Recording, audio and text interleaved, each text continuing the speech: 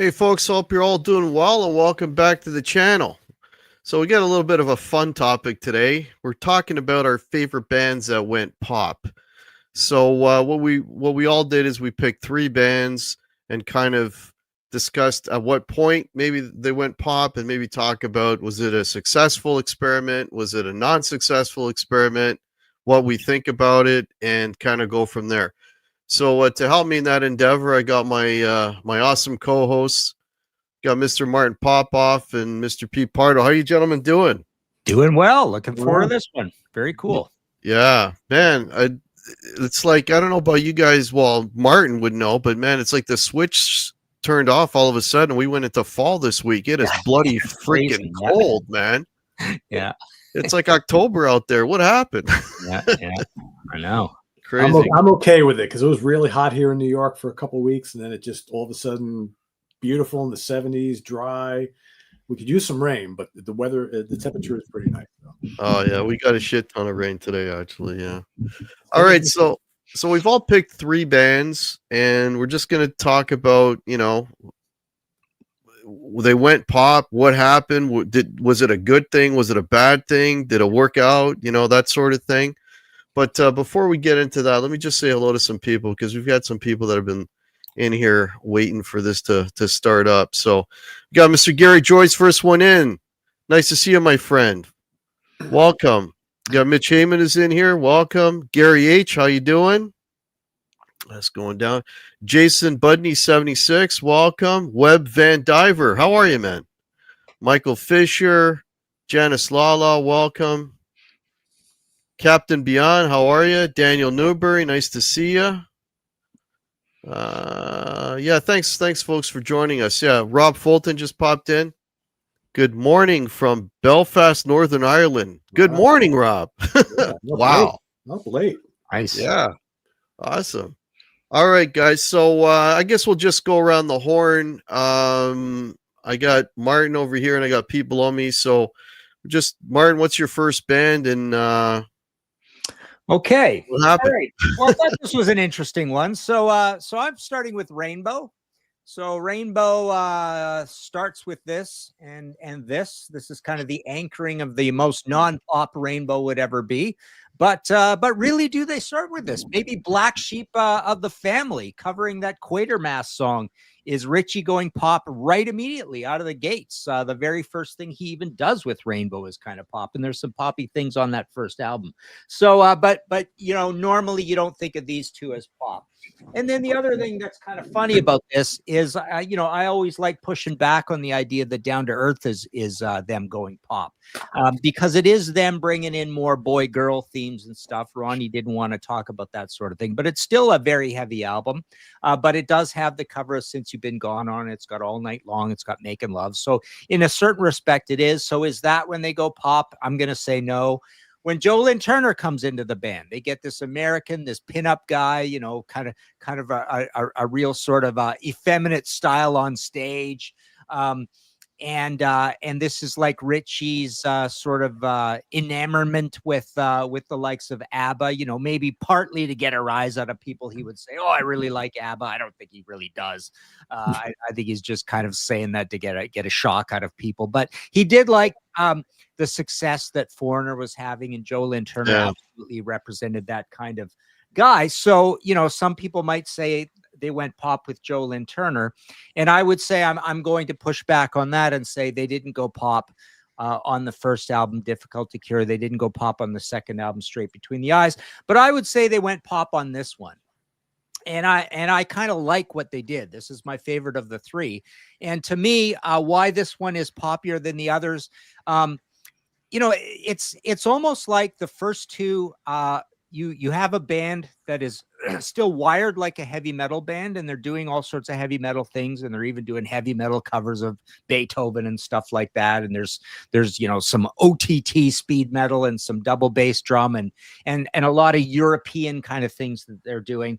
But on this one, it really does feel like they aren't wired like a heavy metal band anymore. It's very the production is very it's a powerful production, but it's a rounded edge production. It's very warm. The songs are sparse. Joe's singing over very quiet passages and stuff.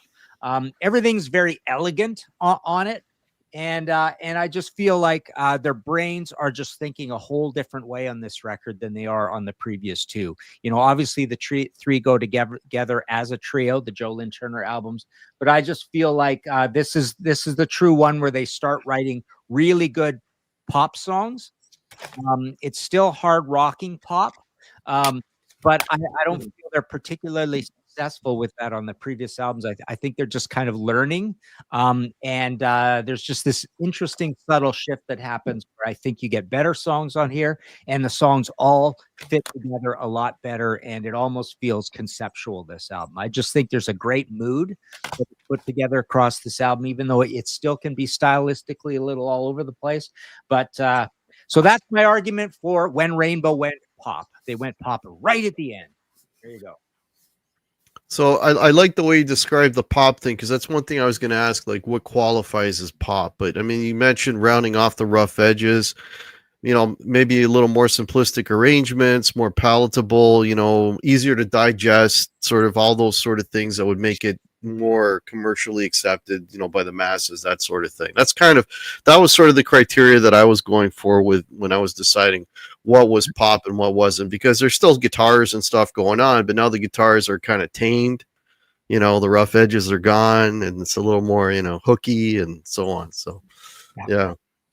All right, Pete, what's your first pick? All right, so my first pick, so just as I was telling Hack and Martin earlier today, I had like 15 choices for tonight. I was trying to figure out which examples to use here. And a few of them were kind of like the same old bands that I've talked about doing this sort of thing 100 times. So I said, all right, I want to pick three that I don't think I've talked about any time in recent memory in this capacity. So my first choice is Fastway. Oh, wow. Okay. Fastway was the band put together by Fast Eddie Clarke and Jerry Shirley, originally Pete Way. Then Pete Way couldn't join the band, right? You got David King, pretty much an unknown singer at the time. They released this classic first album, the self-titled Fastway, which is like classic 80s metal meets 70s bluesy hard rock, featuring the guy from Motorhead, right? But it really works. Produced by Eddie Kramer. It's heavy, it's bluesy, it's just got this real classic feel to it. And that was in 1982. They followed that up. They brought Eddie Kramer back again. They followed that up with All Fired Up. Pretty much same formula, not much different here. They added a full-time bass player at this point in time. But the formula is the same. Classic songs, classic riffs. Considering when this came out, right, it's not hair metal at all. It's not really like Priest or Motorhead style metal. It's got that kind of like 70s vibe to it. Really, really great albums. And then in 1986, I guess the record label kind of saying, well, you know, the second album didn't sell as well as the first album. You guys need a hit here or something, right? So they come back with Waiting for the Roar. And they don't use Eddie Kramer. It's basically a different band. It's Dave King and Fast Eddie Clarke and a few other dudes. Jerry Shirley's not in the band anymore. They bring in Terry Manning to produce the album. There's synthesizers on the album. There's strings on the album. It doesn't sound anything like the first two albums. It's kind of like it's pop. It's also kind of like their glammy hair metal album as well. I tell you, it's not a bad album. It's not this, though. And considering that the record label wanted them to make more commercial sounding music, to get some hits, to make more money, all that sort of thing, and completely backfired on them, as this did even worse than the second album, and it basically sank without a trace. The band pretty much, for all intents and purposes, broke up after this. And then, I don't know, a year or two or whatever it was later, the producers and director of the film Trick or Treat contacted Fast Eddie and said, hey, would you be interested in doing some music for the soundtrack to the film? And he basically puts the band back together. He convinces Dave King to come back. It's a couple other guys, and they put out what is back to basics, Fastway, bluesy metal. But then Dave King didn't want to stick around, so he basically left for good, and that the rest of the Fastway story is a story for another day. But yeah, this particular one here is their pop album. Again, it's pop, it's melodic rock, it's AOR, it's a little bit of hair metal. Everybody panned it back in the day. I hated it back in the day, but you know what? It's really not that bad. Some of the tunes do rock. Some of it's kind of real commercial. There's a couple little ballady things on there. There's a really good cover of Janis Joplin's Move Over, which is done really well. David King singing Janis Joplin makes all the sense in the world. So yeah, that's my pick for this first round. Waiting for the Roar by Fastway. Sweet. That first album's got one of my favorite guitar riffs of all time. Say What You Will. That is absolutely amazing. That's got to be like top 10 guitar riffs of all time. I love it. And We Become One is a great riff too. We Become One, yeah. Oh, there's just fantastic. But I tell you know what? Love Easy Living. Yeah. Yeah. I tell you what, this album kicks ass too. You know, back in the day, we thought it was kind of like the first album, light. It's held up really, really well. It's cut from the same cloth. But you listen to Dave King's solo record? No, but I remember he sang on that. Was it the Catmandu or something like that? He did a solo record. Cool. Yeah, that was after that. And I think I know I have a memory of hearing it, and it was kind of like he was still had a great career as Fog and Molly too. Oh right? yeah, exactly. Yeah. So, well, I picked the low hanging fruit. I picked bands that everybody knows. And the first band, it's like, you know, it's hard to say that they went pop because they were one of these bands that dabbled in a bunch of styles right from day one. You know, they could be heavy at times. You know, there was like soul R&B going on. There was some old timey kind of ragtime stuff going in, you know, heavy guitar, you know, and all of this. I'm talking about Queen, right? Like they dabbled in a lot of different things, right? So you can almost argue that the pop thing was sort of another, you know, another extension of their, you know, expanding their musical palette, so to speak.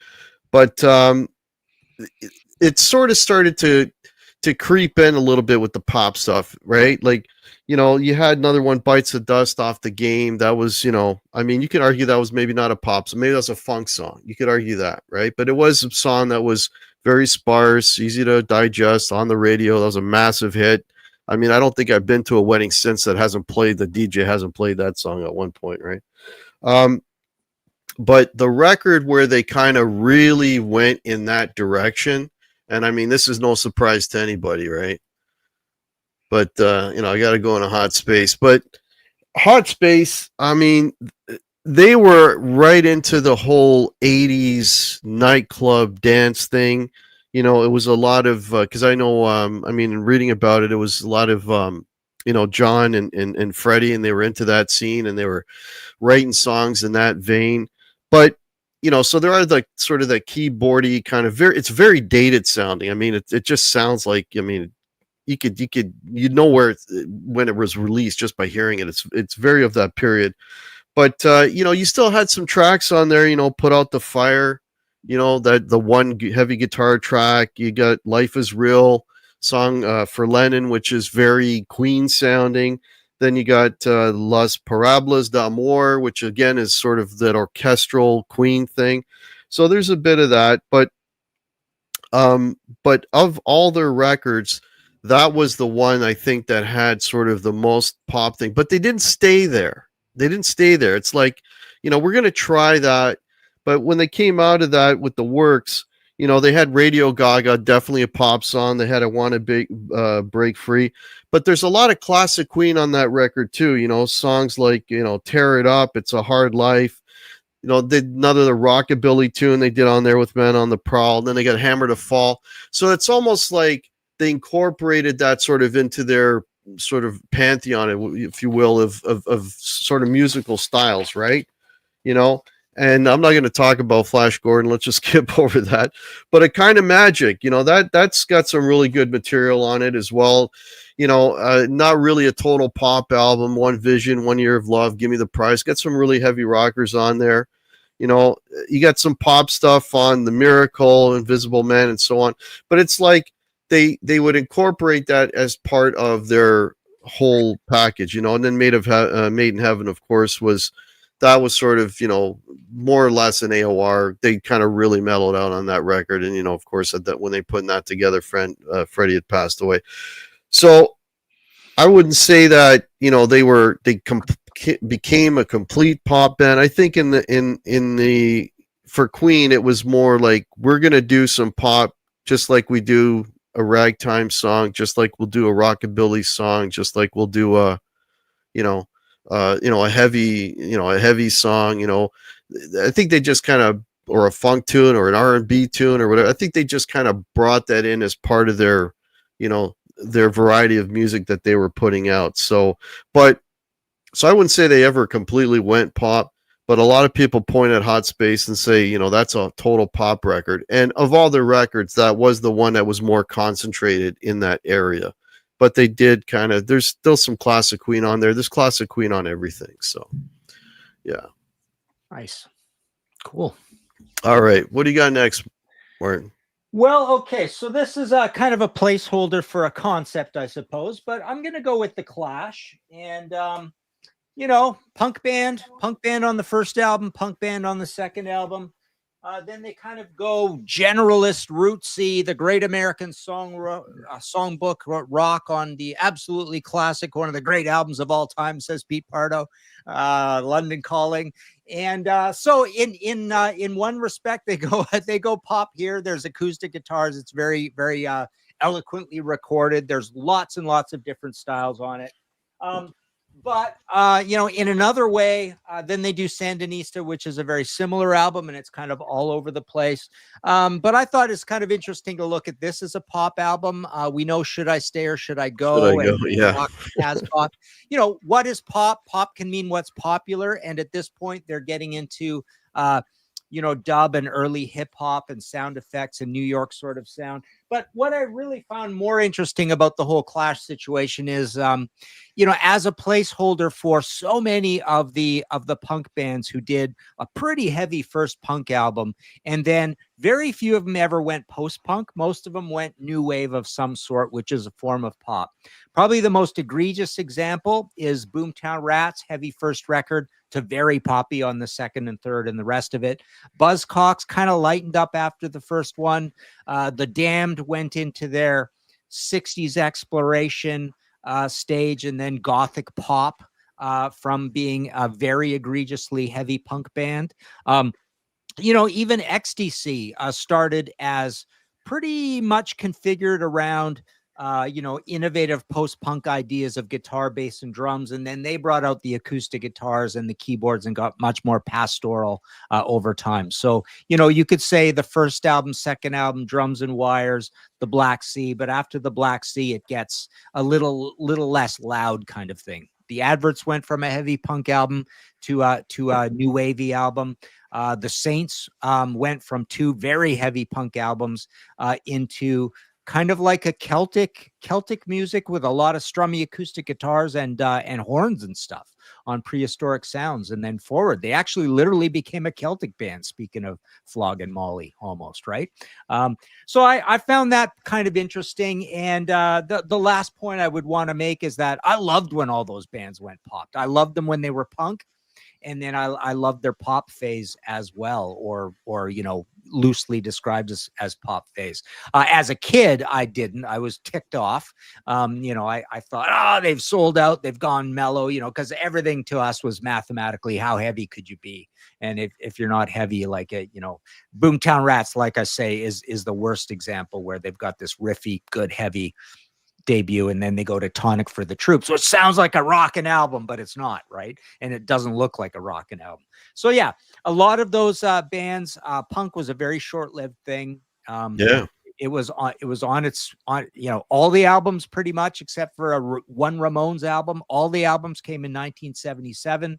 And then some of them had heavy albums in 78, and then it was kind of all over. After that, it went to new wave, it went to post-punk, more pub rocky things like Elvis Costello and whatnot. And the Clash, like I say, tried some different things, but they were never heavy again after those first two albums. So I think that's kind of an interesting thing about that whole punk scene, is how they abandoned it very quickly, possibly as they grew up and began to play more and started working with producers and had the seriousness of being signed to labels and things like that. And the stakes were higher kind of thing. So there you go. Clash, good example. Like I say, twice kind of thing. You make an interesting point about kind of new wave being basically pop music, right? I mean, if you Yeah. look at a lot of those bands that were labeled as new wave and listen to them today and try to dissect the music, to me, it sounds like bands who maybe didn't succeed at being a punk band and just decided to play pop music that rocked a little bit. Yeah. Yeah. It's true.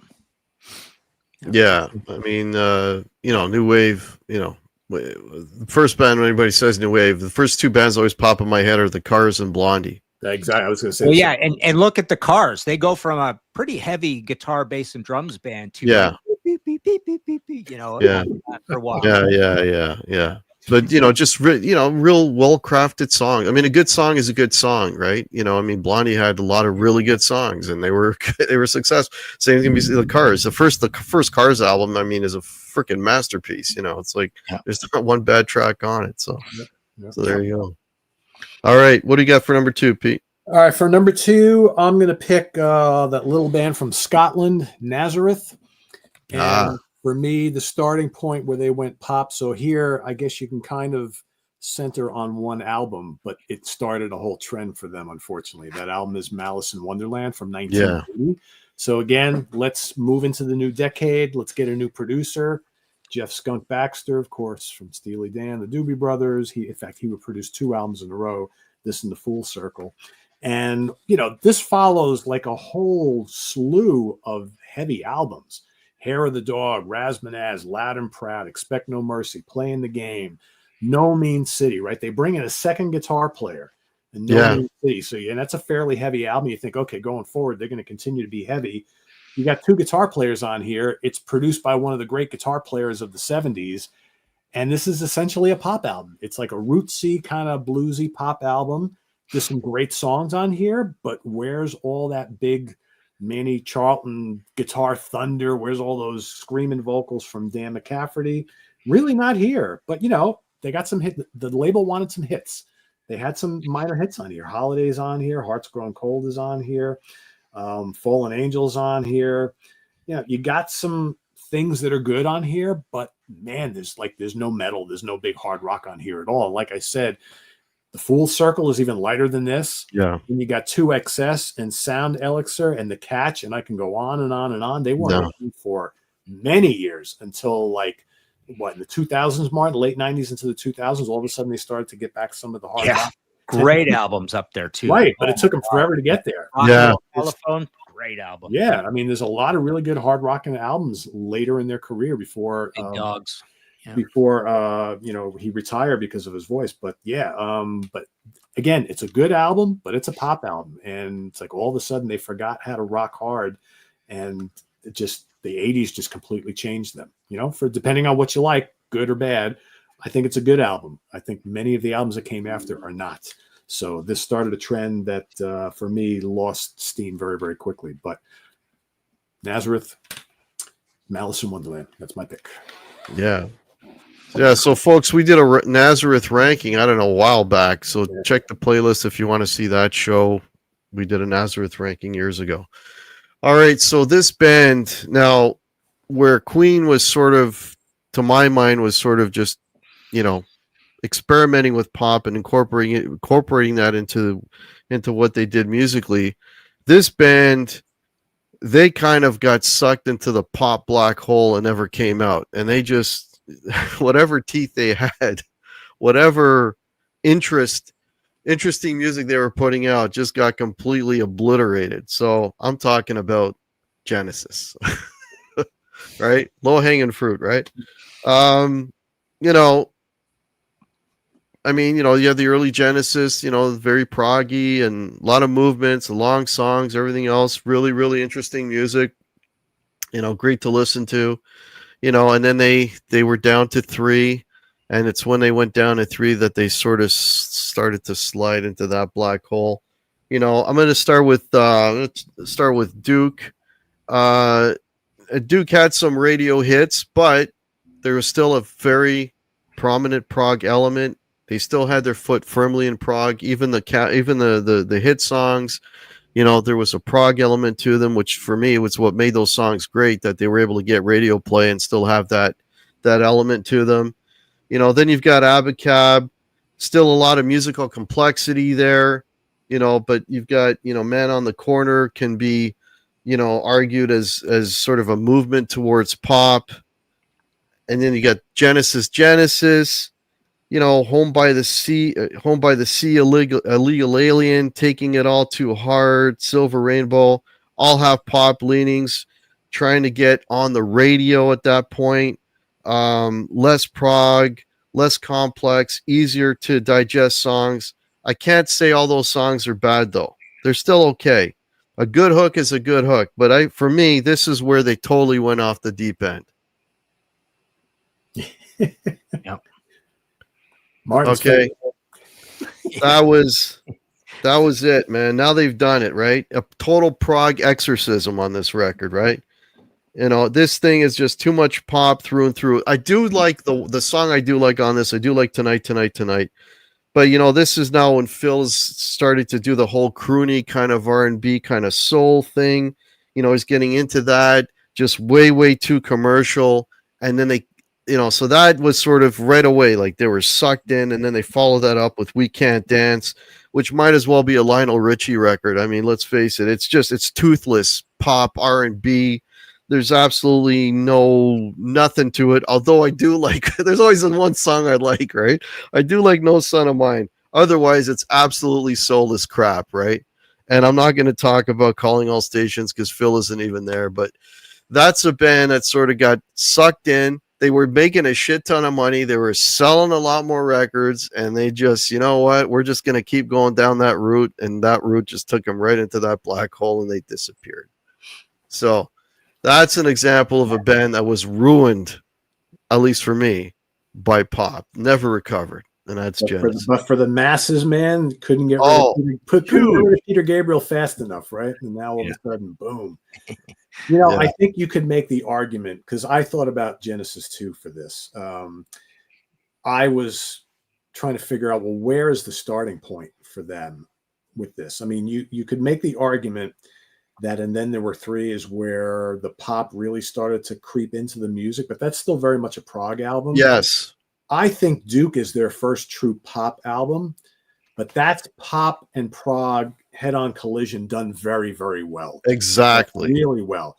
I think Abacab pretty much is a pop album that does some pretty good prog in spots, and then the Law of Diminishing Returns from there. But I think Duke is a great pop album with some really good prog in there as well. And that's done perfectly. That's how you do it, in my book. Yeah, that's why I was like, I mean, that's why those songs are amazing, because and they got radio play with odd time signatures and everything. I mean, that's really, really good stuff. But for me, I mean, because I went and I listened back to those records, and I'm like, okay, what point did they completely forget the prog and just go 100%? And it was Invisible Touch. That was like that was it. Like, it's like, okay, we're just gonna play simple songs. We're going to take all the complexity, all the time signatures are gone. We're going to do everything straight, very simplistic, and we're just going to try to hook people with these songs. That for me is like the total prog exorcism happened on that song, on that record. So I was listening to Duke recently. That's a great record. I love it. It's great. And it's a great record. Amazing how even with some of the songs on there that are really complex and a little longer, and there's all these really intricate arrangements, how just tuneful and memorable everything is on that. And some of it's like haunting and mournful, but it's all like it just goes in here, and you can't get those melodies out of your head. It's just really good stuff. Nice. Yeah. Cool. All right, what do we got next, Martin? Okay, I've got an interesting one here. Status Quo, one of my favorites. I play these guys a lot these days. I would say this is the last one that feels like a classic Status Quo album. This is what it looked like in America. It was called Blue for You. Overseas, same record though. The classic records from this band are Pile Driver, Hello, On the Level. My personal favorite is this one here, Quo. which people get tired of me saying this, but my favorite 10 seconds of music of all time is on this album. The very first track, Backwater, when they come out of the solo and go into a verse again, and it's kind of like sped up and so powerful. But how all about that album cover, Martin? One of the great album covers of all time. Yeah, it's pretty cool. And Down Down is amazing, and Little Lady, and they've got some really powerful things. So it's sort of like classic Frantic Four. So this is kind of the last one. And then this is kind of a little bit of a transitory album. I still like it a lot, rocking all over the world. But the first one where they enter this curious pop phase, and I'm going to say it, they shrunk the boogie. That's the idea with this band. And there's a theme here, right? Rolling Stones shrinks the boogie when you get to Some Girls, and Foghat shrinks the boogie, and blah, blah, blah, right? AC/DC shrinks the boogie. But Status Quo is the one I wanted to pick because they basically, like Nazareth, fall off the radar, starting with If You Can't Stand the Heat, with the cool die cut burn there with the match, right? Oh, that's cool. That's really cool. It's a neat cover. You got the burn there, and then that's really smart. And then the inside is a big matchstick thing like this, right? So anyway, starting with this album, they start making all these Nazareth records. Right? Status Quo 1982, Back to Back. This is all through the 80s, right? Never Too Late, Just Supposing. They're all kind of poppy in various ways. And the funny thing is, it's a little bit like that Rainbow example where their brains stop being wired for a certain heaviness. But in this case, it's really based more on production, performance, but not the songwriting. It's a very curious thing with this band. So they lose the kind of hairy guitar tones and distortion on the guitar, but they also lose the carnal, violent, aggressive drumming and the up-tempo playing. But they're still writing these boogie songs that if they had the old production and the old fire, they would still sound pretty heavy. And so later on, they go through this whole phase, and then they come back late in life, and they make kind of better albums, sort of like the Nazareth situation, where they're a little heavier again, but they're still not thinking like heavy people. Like the whole AC/DC example is kind of the same. There's, you listen to the Power Up album, and every song on there, if you stuck a Let There Be Rock production on it, it would just be balls out heavy, right? So the songs are written heavy, but they're not recorded heavy or performed heavy. And that's kind of what you get in this pop phase of Status Quo. They stop thinking that way, and they want to make, like Foghat, like I say, Foghat goes into their new wave pop phase and fall off the radar. But the same thing, Status Quo, what they do, because they're from the UK, it's almost like, in conjunction to going back to their own roots, the stuff they grew up on, they're also so blues and rock and roll and Eddie Cochran and all that sort of stuff, but not a heavy version of it. So they're going back to that, and also at the same time, there seems to be like a little bit of an enamorment or romance with pub rock. So they become kind of like a pub rocky new wavy band. You think of Dave Edmunds is cool, Rockpile is cool around this time, right? Yeah, Trippers is cool. So there's just sort of like this swingy rock and roll sort of feel that they fall into, but you listen to a lot of the songs through those albums, and you just know that, if they were to record it and perform them the way they did on these old albums, they'd still be pretty heavy songs, but they're just not, they're no longer having that approach to the material. They don't want to be a hard rock and boogie rock band anymore. They want to be like a fun time, poppy, band for the people, but still surreptitiously sell them boogie rock sort of thing and teach them the history of old rock and roll. So yeah, I thought that was an interesting example because absolutely, the Stones kind of go through the same thing. Foghat totally does, and AC/DC really kind of does too. Yeah, somebody was messaging me the other day to get into asking me if I'd listen to Status Quo or got into Status Quo, and I haven't done that dive yet. But if I was to start, Martin, what record would you? Yeah, I mean, go to the Quo record, and go to On the Level, and I swear, like I say, a certain definition of heaviness. There is almost like a no more energetic, exciting, heavy song than something like Little Lady off of On the Level or Down Down off of On the Level. And the other thing you'll like, Hack, is that Down Down starts you can fantasize in your head that it's a Led Zeppelin song. It starts like the coolest Jimmy Page type intro at the beginning. And you know, the other one that's like that is the beginning to Derringer Sitting on the Pool, right? You think of that, you know, it just seems like if it was on a Led Zeppelin record, you say that's the coolest thing Jimmy ever did. And Down Down starts like that. Down Down is really cool, kind of like, wow, if Jimmy had written that. I bet Jimmy heard that and said, I wish I would have written that. You know, I bet Led Zeppelin listened to Status Quo and thought at times, that is a cool band. I wish we did stuff more like that, because they come from the same roots. Like there's a lot of things that I think Zeppelin probably looks at that and goes, wow, man, that would be a lot of fun to play that song, kind of thing, right? Yeah. So, really cool band. But you got to love your boogie rock. You got to love your Chuck Berry stuff. So it's like a heavy metal Chuck Berry. Yeah. I gotta listen to some of that stuff. Heck, if I can make a recommendation, get their live album from the 70s. Yep, that too. Yep. Yeah.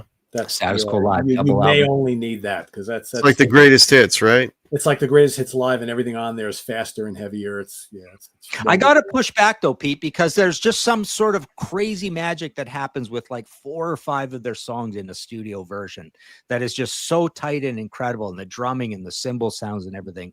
You know, when we talk about sometimes like songs that you don't dare cover because it was done so well the first time, right? Kind of thing. So there's a few songs like that just there's like intravenous heavy metal magic.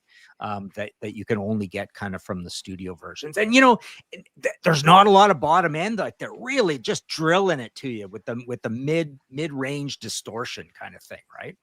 So yeah, just literally, Hack, just go to those 2 songs to start with. Just go to Little Lady on YouTube in the studio version and go to Down Down in the studio version, and they're just incredibly crazy and frenzied sounding.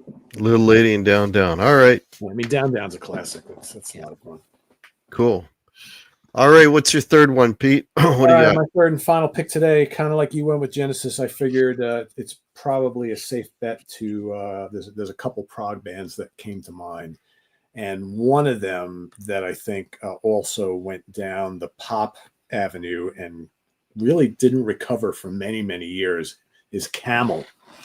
So they released their first 4 albums are considered prog classics by most people. They were never one of the big prog bands, but they were kind of like in that like second tier as far as like success went. You know, they had the Snow Goose and Mirage and Moon Madness in the first album, and then they released an album called Rain Dances, their 5th album, which started to show some of the more pop leanings, is more vocal oriented. And then for their 6th album, they released Breathless. There's the camel on the cover. And 9 tracks on here, and I believe 8 of the tracks have vocals, which if you know anything about Camel, most of their classic stuff is mostly instrumental for the most part. There's vocals, but it's mostly instrumental. So here you got almost all vocals on here. They also bring in Richard Sinclair on bass from Caravan, who also sings. So you got him and Andy Latimer singing on here.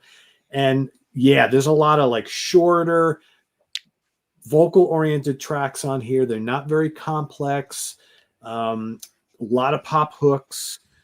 There's some cool guitar solos. There's some nice keyboard playing on here. But by this point in time, like Peter Bardens and Andy Latimer, keyboard player and guitar player, kind of at odds with each other about the direction of the band. And ultimately, I think Andy Latimer kind of won out. Peter Bardens left. With him left most of that kind of classic prog stuff that they did early on. This would signal a direction, again, kind of like the Nazareth thing. All of a sudden now they're moving into the 80s, and every album is kind of like this. Very poppy. You get like maybe 1 or 2 really proggy tracks, maybe an instrumental. But for the most part, they became a very vocal-oriented band. They became a very pop-oriented band with some little progressive tendencies. But like the Snow Goose and Mirage and all that classic stuff, they really never returned to that sound until many years later. When basically it was just Andy and the band and a bunch of new cats. So, but yeah, really, I mean, this is a good album. if you like this sort of thing, again, very kind of, it's almost like yacht rocky in spots. Like there's some like soft rock on here, and then you'll get like a song where it has like amazing guitar playing, and it's, like The Sleeper is a great track. That's like, instrumental, and that's classic Camel. But everything else, Winging a Prayer, Down on the Farm, Breathless, all very poppy stuff. It's good for what it is, but classic Camel, I don't think it is. So yeah, that's my last pick for today. Yeah, my last pick is some more low-hanging fruit. This is a band that sort of dabbled in pop, got sucked in, and basically ended up with no teeth, and are, to me, an absolute yacht band at this point. But they put out a whole bunch of really good rockin' records in the 70s, blues rock band, Toxic Twins, talk about Aerosmith, right? Being in the 70s, those albums are classic. Toys in the Attic is one of my favorite records of all time. I know you guys like Rocks better, but for me, it's Toys in the Attic. Rocks is also amazing. And then, they separate, Steve and Tyler and Joe Perry, and then they get back together, and then they come back up. And, it's sort of, this was a kind of a little bit of a slow burn. The first successful album when they got back together was Permanent Vacation, which, is more or less, they still had their teeth. There was still some bite to their sound. You had Angel on there, which was like the pop song, but the rest of the record still sounded typical Aerosmith, so that was okay. Then we get to Pump, and now we got 2 more pop tracks on that one. Got Janie's Got a Gun and What It Takes. So the pop tunes on the record start to kind of grow. A couple more on Get a Grip with Crying, Crazy, and Amazing. And then the descent continues. And for me, Get a Grip is the last listenable Aerosmith record. Like, that's the demarcation point, right?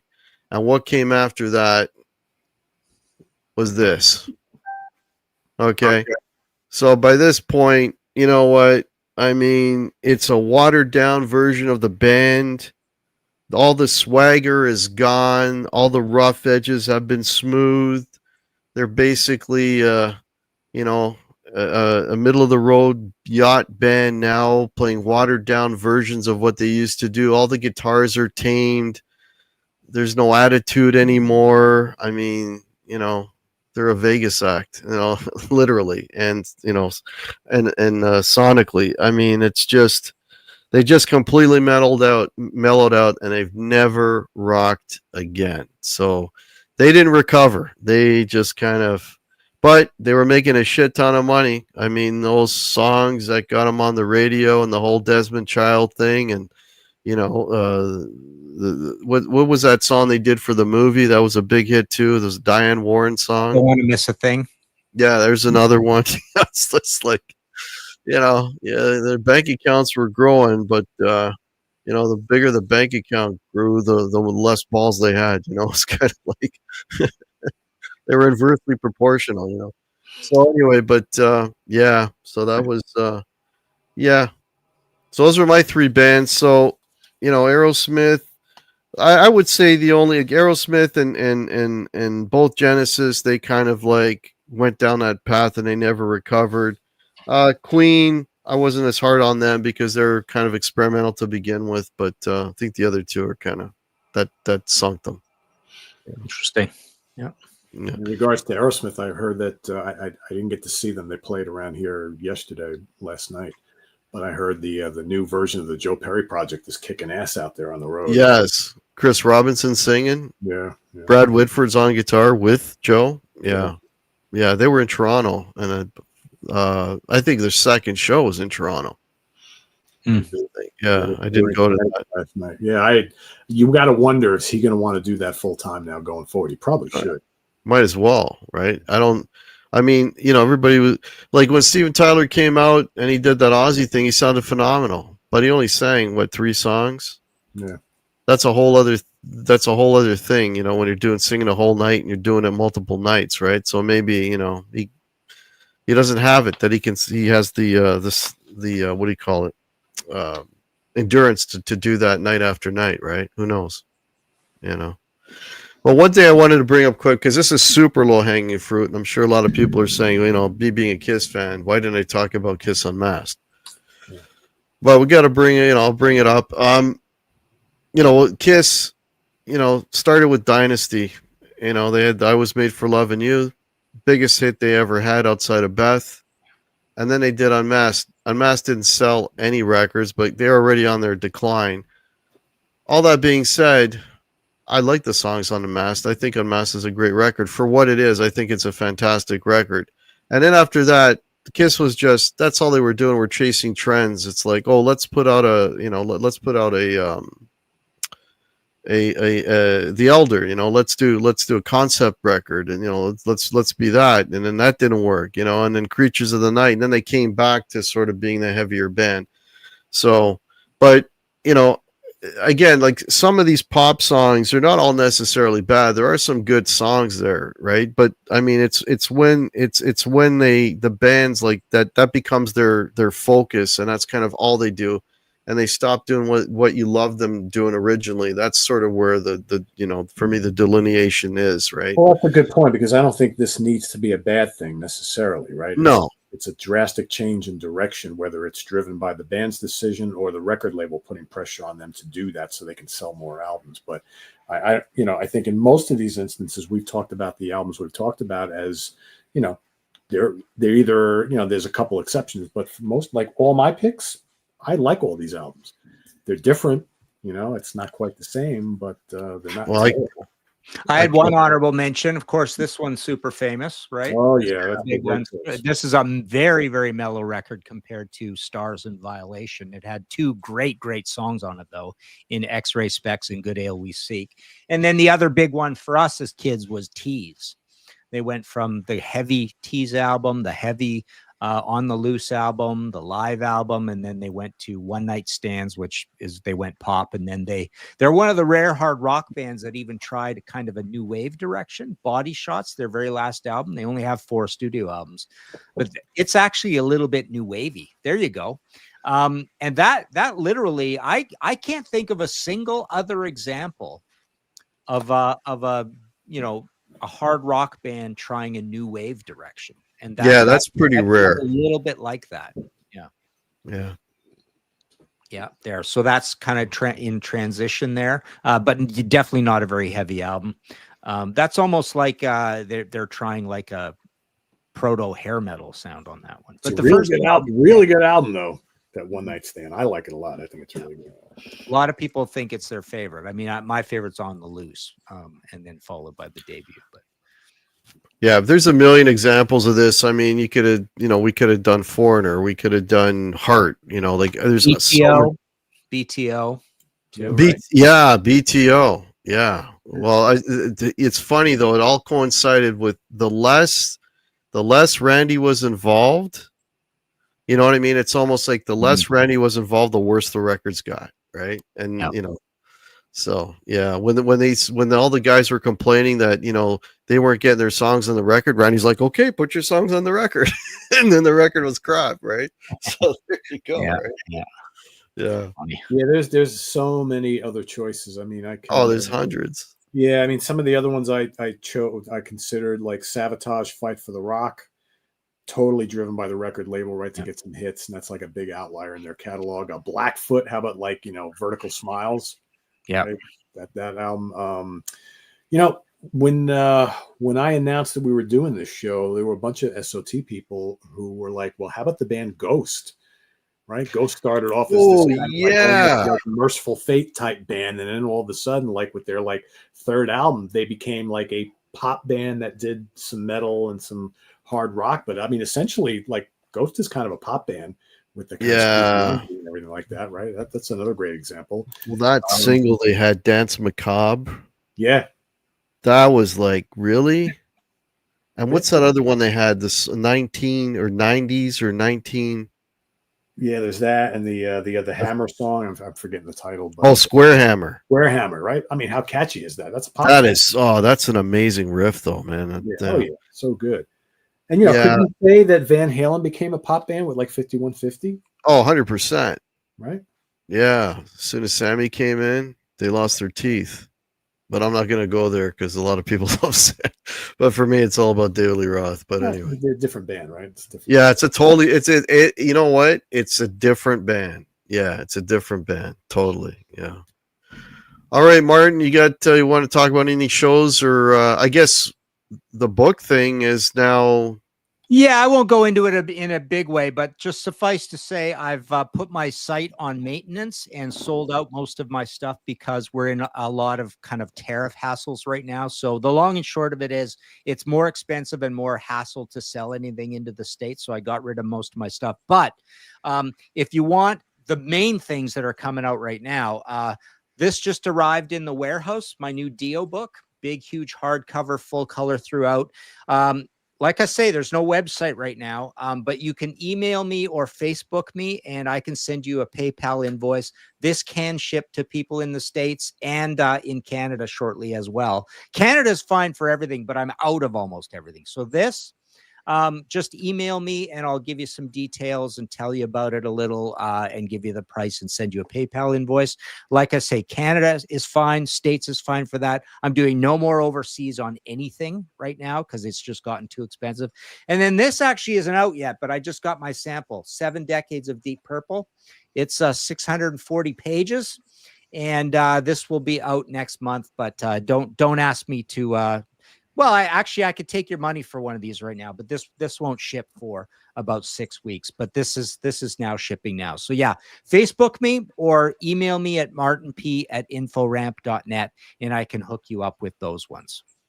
So basically, Martin, so you're still taking payments for them, but you're not doing the physical shipping, right? It's shipping from somewhere. Yes, so these will ship direct because all 3 of these are with, and the other one that goes with it is the big, massive Iron Maiden one. So that's perfectly fine for American orders too, and Canadian orders, because I just got some actually today. I picked some up so I can serve orders. But all 3 of these are through Schiffer Publishing. So what's going to happen is they are going to ship direct from the publisher, and I'm going to mail you separately a signed Schiffer book plate for them that you can put in the book, kind of thing.